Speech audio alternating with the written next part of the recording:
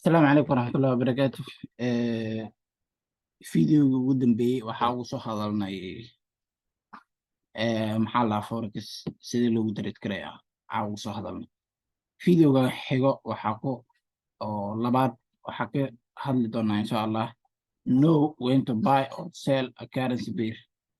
waxaa ogaanaysaa goormee lacag la buy karay karaa ama lasoo iibsan karaa ama layska iibi karaa currency pairna waxaa lahaa markay isku lamaanan yihiin macnaha laba lacag markay isku lamaanan yihiin aa lahaa it means lacagaha ugu waaweyn waa kuwana lacagahana ugu waaweyn oo maxaa ugu weyn euro USD. yacni meesha maxaa ku qoran currency pair lacagta oo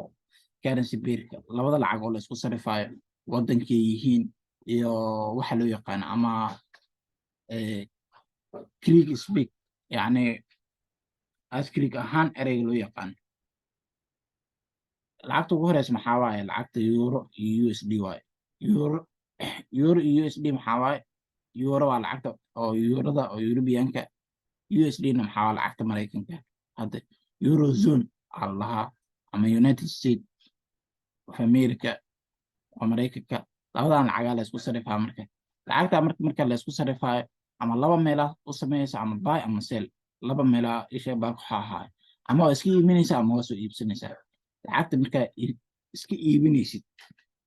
iibinaysid lacagtan jaad hadhowda maxaa la isticmaalayaa jaadaa la isticmaalayaa oo afka waa la iska iibin waxyaabahaas ma la dhahay hadhowda wax la dhaho jaadaa la isticmaalaya jaadkaas marka inaa iska iibisi rabtid koraa lacagta loo raaca oo baayaa lahaa markaa soo iibsatid inaa rabtid maxaa waaye baay oo koraa lacagta kor inay aadaysaa ku saadaalinaysaa marka inaa iska iibisid rabtidna lacagta hoos inay aadaysaa saadaalinaysaa macnaha marka ereyga loo yaqaan maxaa euro dollar aa lahaa euro waa lacagta euro dollarna maxaa lacagta Mareykanka aa lahaa USD JPY lacagta Mareykanka iyo Jabaaniiska waaye wadamada intay ku kala qoran yihiin waa Mareykanka iyo Jaban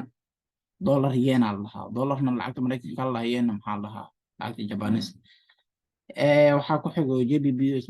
USD maxaa waaye United Kingdom ama Ingiriiska waaye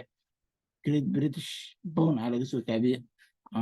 maxaa lahaa pound dollar pound maxaa lacagtan isha balka waxaa ahaa oo Ingiriiska dollarkana kii waaye USD CHF lacagta Mareykanka iyo lacagta Switzerland waaye dollar Swiss aa lahaa ma loo yaqaan USD CAD lacagta Mareykanka iyo lacagta Canada waaye dollar loonie aa lahaa lacagta oo Canadianka lahaa AUD USD Australia iyo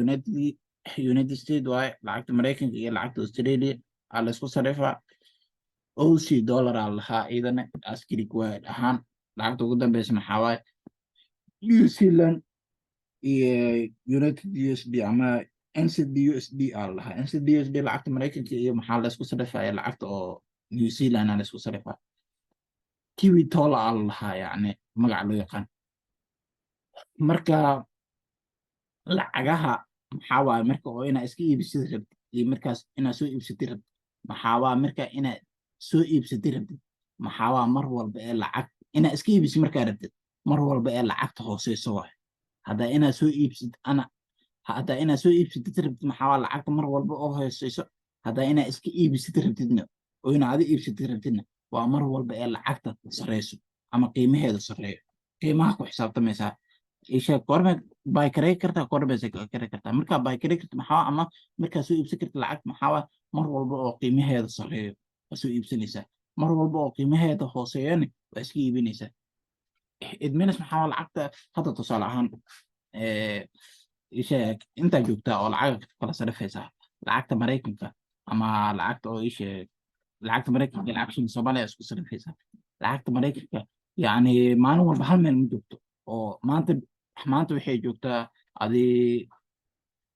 qiimay joogtaa biri qiimo kaleeto ka duwan joogtaa biri qiimo kaleeto ka duwan marka ugu horeyso ani ogaha isha lacagta Mareykanka isku sarif jiray maxaa xasuustaa inay ahaa jirtay adii 10,000 iyo waxaas ay ahaa jirtay hadda way sii siyaad ilaa 27 26 ay sii maraysaa 28 markay qiimaheedu sareyso aa lacagta soo iibsanaysaa markaa soo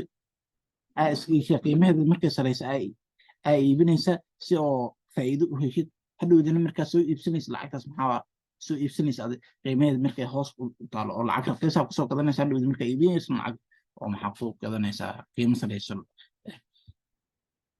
qaybta ugu horeysa maxaa waaye know when to buy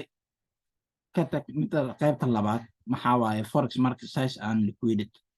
size and liquidity-geeda oo yacni forex